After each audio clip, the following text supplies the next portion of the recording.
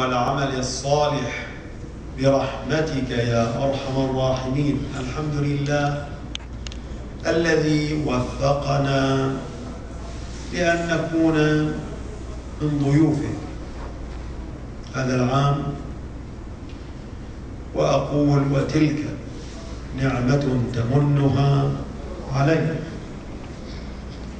ليكن في خواطرنا أن نلمس هذه النعمة في قلوبنا، أن وفقنا الله لخدمته والكون في ضيافته، فليس كل أحد يوفق هذا التوفيق، الحمد لله كثيرا. يقول الله عز وجل: ولله على الناس حج البيت من استطاع إليه سبيلا ومن كفر فإن الله غني عن العالمين. الحج واجب مفترض من قبل الله عز وجل، والوجوب هذا يسمى بحجة الإسلام. حجة الإسلام هي الحجة الواجبة شرعا من غير مقدمات، نزلت فافترضت على الناس، وهي في ذمة كل مكلف من الرجال من النساء إلا عليكم السلام، إلا أن وجوبها مشروط بالاستطاعة. نتكلم أولا في فورية الحج. هناك أوامر إذا أمر بها المولى، قال بعض الأصوليين إنه يستفاد منها الفورية. ولله على الناس حج البيت، مو بس وجوب شديد، لأن تارة يقول افعل، وتارة يقول لك ترى في ذمتك تكليف اطلع منه.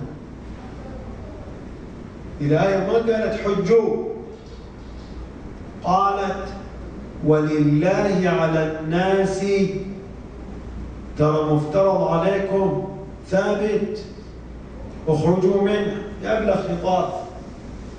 حج البيت جاب الشرط من استطاع.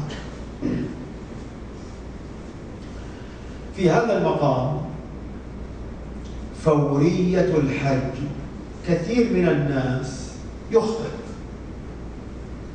يقول أنا واجب علي أن أذهب إلى الحج، ما رحت هذه السنة أروح السنة الثانية الثالثة. إذا سوف العبد حجه فقد وضع نفسه في دائرة الخطر من حيث المعتقد. تارة واحد يقول خطر من حيث البدن، حياته يخسرها، هذا مو يخسر حياته، هذا يخسر دينه. من سوف الحج فأدركه الموت يقال له مت إن شئت يهوديا وإن شئت نصرانيا. زين مسلم أنا من أمة الإسلام طول عمري أصلي، يقول له ما حج. خطر عقدي. من هنا نعرف أن هذا اللزوم الفوري الذي لا ينبغي لأحد أن يتساهل فيه، فورا يذهب إلى الحج بمجرد أن تتوفر له الاستطاعة وجب عليه الحج. زين، في هذا المقام عندنا ملاحظات متعددة أعرضها على التوالي، وأعرض ما يبتلى به من هذه الملاحظات، لأن أنا مشروط علي. ترى عندنا 6 محاضرات في 3 ليالي، التوسع ممنوع. طيب، صلوا على محمد وآل محمد. اللهم صل وسلم على محمد وآل محمد.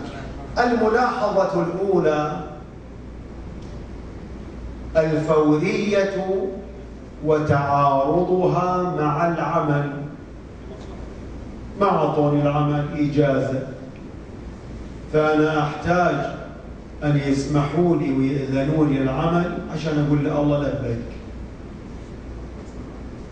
مقدمة شبه صحيحة.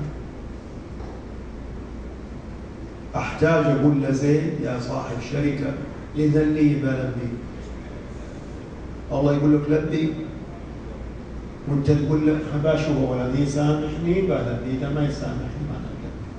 عدل هذه فورية الحج. يجب على الإنسان أن يحج وإن لم يرضى صاحب العمل، لكن هناك شرط، أن يكون يحصل رزقه لو حج. اليوم ظروفنا صعبة، أنا إذا طلعت من العمل وأنا حصل لي عمل ثاني ما أقدر أروح الحج، لأن إذا رحت يفصلوني، وإذا فصلوني ما أقدر تالي أحصل عمل وأقوت نفسي وعيالي. صح، هنا تقدم العمل على فورية الحج في هذه الحالة، ويستقر الحج في ذمتك. أما تقدر حتى لو طردوك وتحصل لك مكان تتقوت منه أنت وعيالك، يجب عليك الحج. الآن والله الحج كله 4 أيام 3 أيام بس،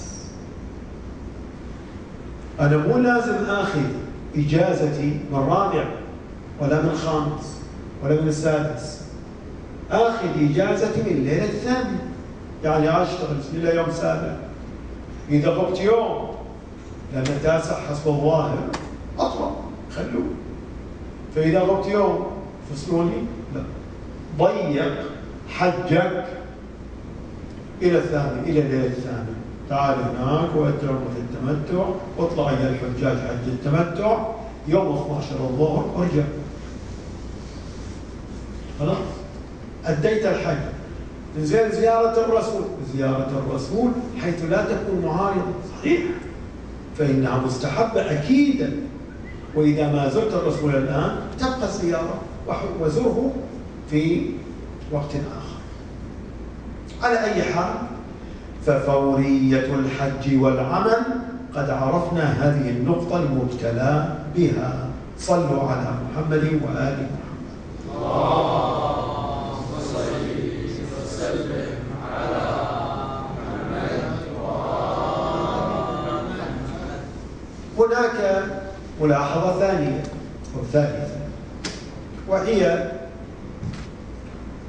أن الحج عندي مال استطاعة، ومال الاستطاعة فقط مال الحملة، أكثر ما عندي، مع أن أنا سوف أطالب بهدي، والهدي قيمة كذا، ما عندي إلا قيمة الحملة وبس، والحملة اللي تناسبني، والحملة أدون حملة هذه اللي نقدر عليها. طيب، هذه فلوس الآن عندي بمقدار الحملة، هذه ما عندي، هل أصبح مستطيعا أو غير مستطيع؟ ناقص الهدي تصبح مستطيعا، واعتض بدل الهدي الصيام. لكن الحج وجب، ليس من شرائط الاستطاعة القدرة على الهدي. فلو واحد ما قدر على الهدي وجب عليه الحج، روح حج. صلوا على محمد وآل محمد. اللهم صل وسلم. الملاحظة الرابعة هي الحج والزواج. الآن أنا عندي حج، ولكن محتاج إلى زواج، وحاجتي إلى الزواج مقدمة أو الحج مقدم؟ الجواب: الحج مقدم على الزواج. الزواج مو واجب، مستحب أكيد. الحج واجب، فعليك أن تذهب إلى الحج. واحد يرفع ايده يقول أنا غير، أنا واجب علي الزواج لعفتي، لطهارتي، لحاجتي الأكيدة إلى الزواج. فوش الآن؟ إذا أروح الحج أقع في الحرج، فأيهما يقدم؟ هل يقدم الحج على الزواج الذي تركه حرجي؟ مو كل زواج، احنا قلنا من أول الحج مقدم على الزواج، لكن في نوع واحد من أنواع الزواج يقدم فيه الزواج على الحج. ما هو؟ إذا كان المكلف يقع في الحرج بسبب ترك الزواج وصرف المال الذي لا يملك غيره. ما عنده مالين، مال للزواج ومال للحج، ما عنده إلا مال واحد بس. لو يروح الحج لو يتزوج. وش الآن؟ يتزوج إذا كان عدم تزويجه حرجي. فإذا كان يقع في الحرج نافذ التكليف، خلاص ما يجب عليه الحج. يقول له تزوج وأعف نفسك وطهرها وابقى هكذا واترك الحج. وذلك تخفيف من ربكم ورحمة. وإلا واحد الله عز وجل شو التشريعات؟ واجب قاسي، اللي يترك الحج يهودي نصراني. في النتيجة لما يتعارض مع الزواج وطهارته وعفته يقول له اتنازلت عنك، روح اتزوج وطهر وخلي الحج لوقت آخر. شوف شلون؟ ذلك تخفيف من ربكم ورحمة. صلوا على محمد وآل محمد.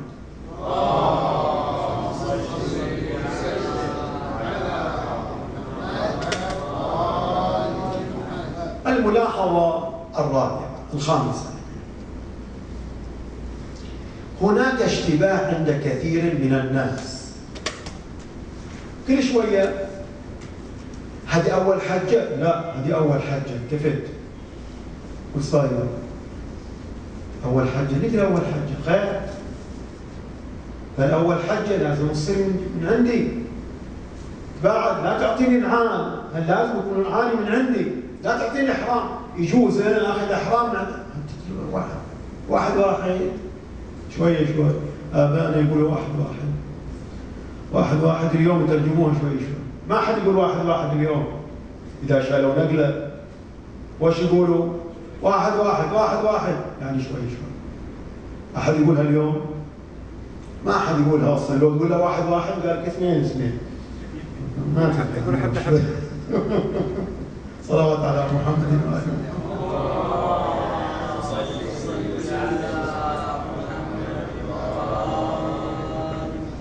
هل يجب على الإنسان أن تكون مواد حجته من ماله الخاص أو لا؟ الجواب لا يجب. فلو واحد امرأة الآن كثير من النسوان هذاك صديقتي أعطتني حرامها باحج فيه، كيف أروح أحج؟ يجوز؟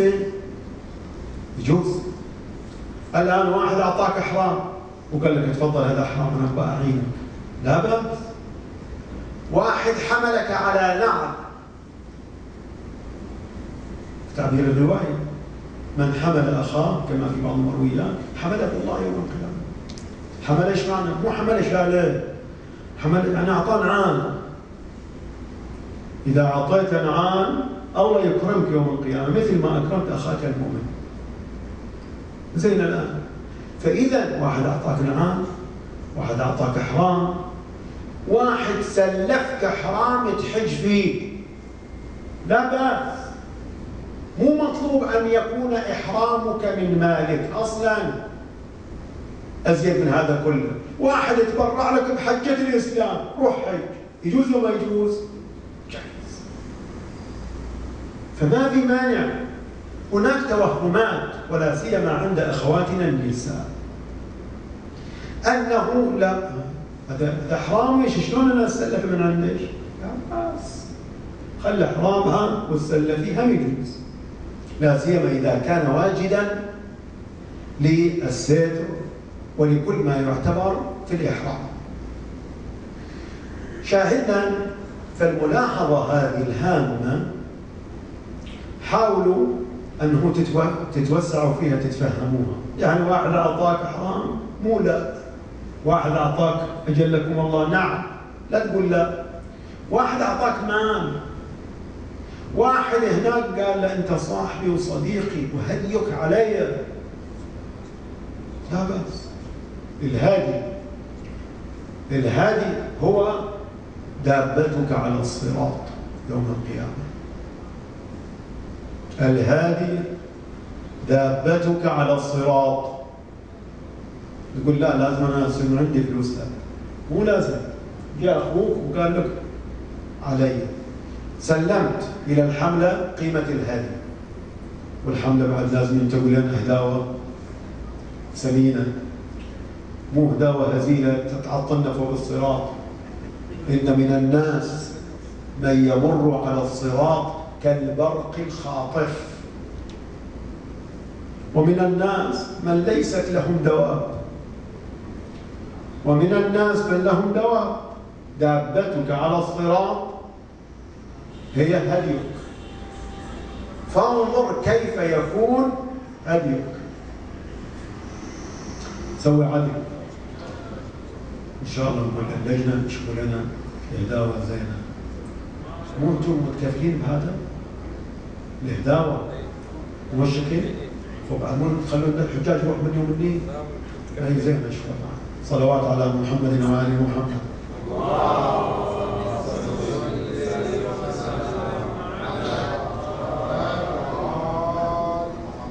فإذا خلاصة هذه حط في اعتبارك ملاحظة أن الحج بموادها بأجزائها لا يجب أن تكون من مالك، بل حتى من أموال متبرع أخيك أبوك إلا هو كان.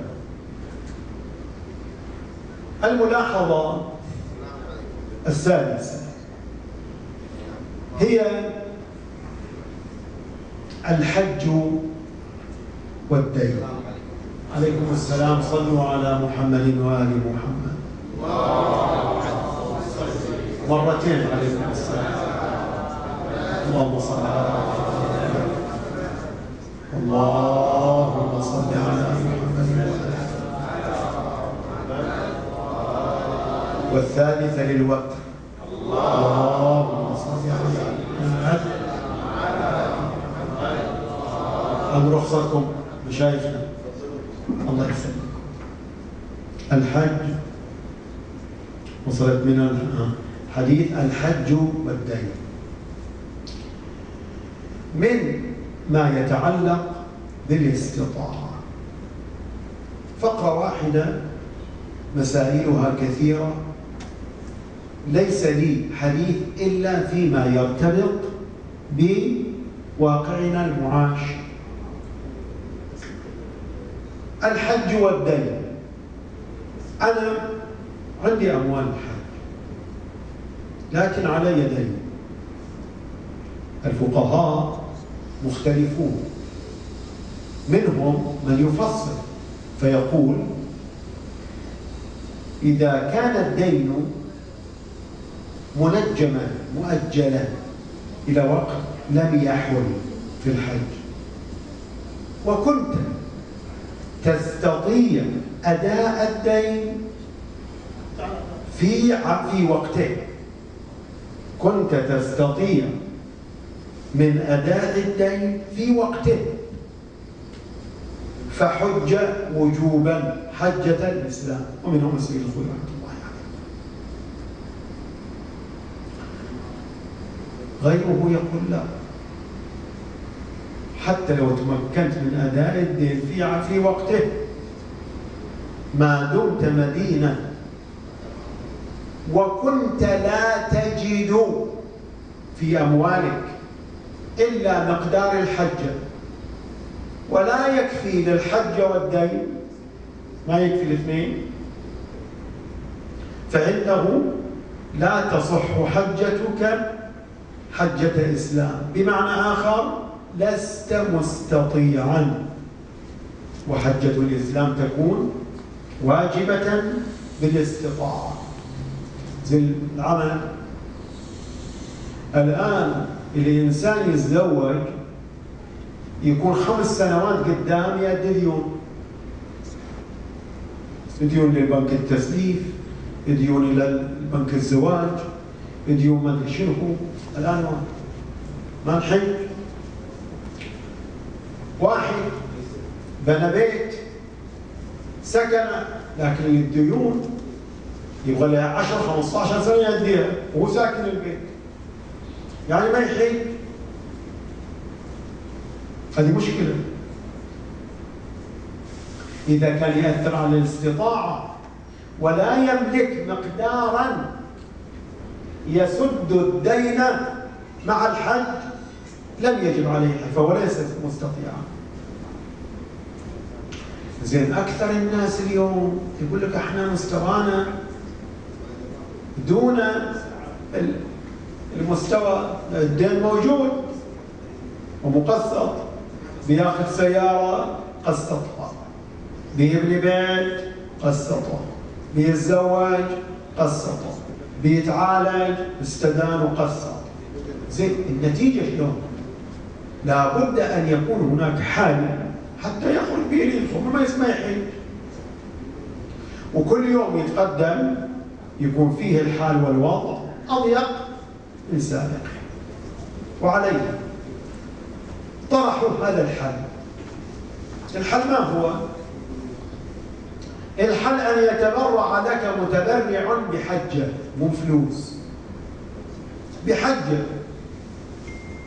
إذا تبرع لك بحجة وجب عليك الحج، يسموها الحجة البذلية. إذا تبرع لك بمال، واحد قال تفضل هذا 15,000 استلمتها، أنت مدين والدائن اللي واقف حارس يقول لك جيب أموالي، يكون عندك فلوس، يقول لك طار الحج. هذا مو صحيح بقى، أنت تبغى تحج، هذا مو حل. الحل ما هو؟ الحل أن يتبرع لك بحجة. زين وانا نشوف واحد، احنا مو كنا ناخذ علي بن يقطين واللي بيحجوا مو كلهم يشوفوا لهم علي بن يقطين الله تبرع لنا. انا سمعت قبل 3 شهور تقريبا آية ما سمعت بها من قبل، واحد حدثني صادق 100% أنه كل عام يحج من أمواله 100 حاج.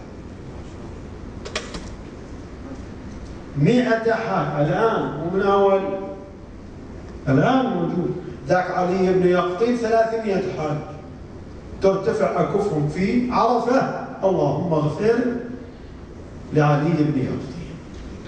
هذا الآن فضول، ما حد يعرفه، ما يبغى يطلع ولا يبغى يعرف، وكل شيء بالسر، ويمشي إلى 100 حاج وكلهم يستغفرون في عرفة. هنيئا له، حملة قافلة كاملة. صلوا على محمد وآل محمد.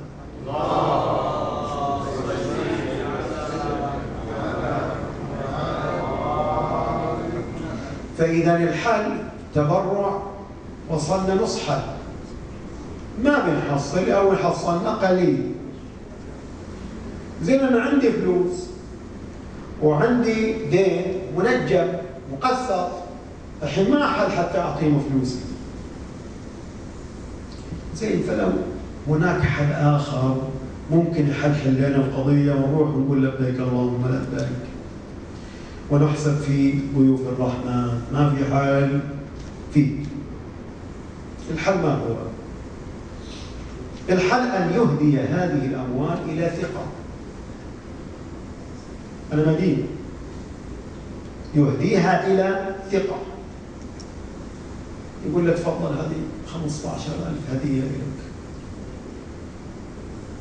ياخذها يحطها في جيبه، الله يجزاك خير، أنا لي رغبة أروح الحج، ترى لك رغبة، تبرعت لك من عندي بحجة بذلية، روح اركب الطيارة. خذ. صارت الحجة من عند من؟ من عند المتبرع، مو من عنده هو. الأموال أهداها إلى المتبرع، وذاك المتبرع تبرع له بحج، روح اركب الطيارة وحج على حسابي، واستغفر لي في عرفة وفي المشاعر حيث تذكر الله عز وجل. شاهدنا، فيكون الإنسان قد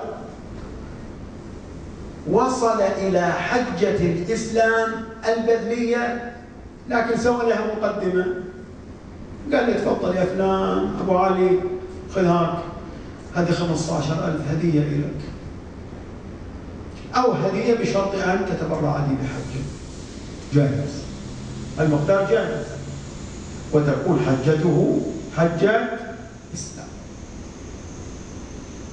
تمام، لا غبار عليها. فهذا حل يرفع العقدة عند كثير من الناس. ترى المديونين هذا علاجهم، إذا هو جاي أول حجة من الآن. عندنا تعليق بسيط، النساء يقول لك تعال أنا حجتي من عند زوجي وزوجي مديون، فأنا أصير مديونة بواسطة زوجي. لا، مو الشكل حسبة، تعال أنت حسبة، مو الشكل. تبرع لك زوجك فحجتك صحيحة، حجة إسلام، روحي، ما حجيتي من أول، روح حجي الآن، حجة إسلام. زوجك مدين، هو يروح يسوي الطريقة اللي ذكرناها، مو انت ما على شيء، انت تبرع لك زوجك، خليه يتبرع، حجتك طاهرة روحي وصحيحة وحجة الإسلام، فلا تقعد تتشوش أكثر من اللازم. صلوا على محمد وآل محمد.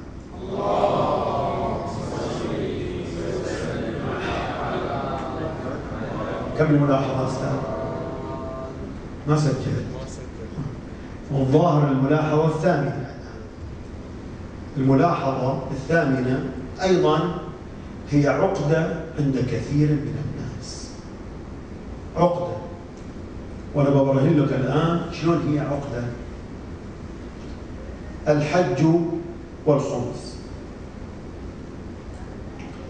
الخمس لا شك في وجوبه، لكن يجب في أموال ولا يجب في أموال. اليوم السؤال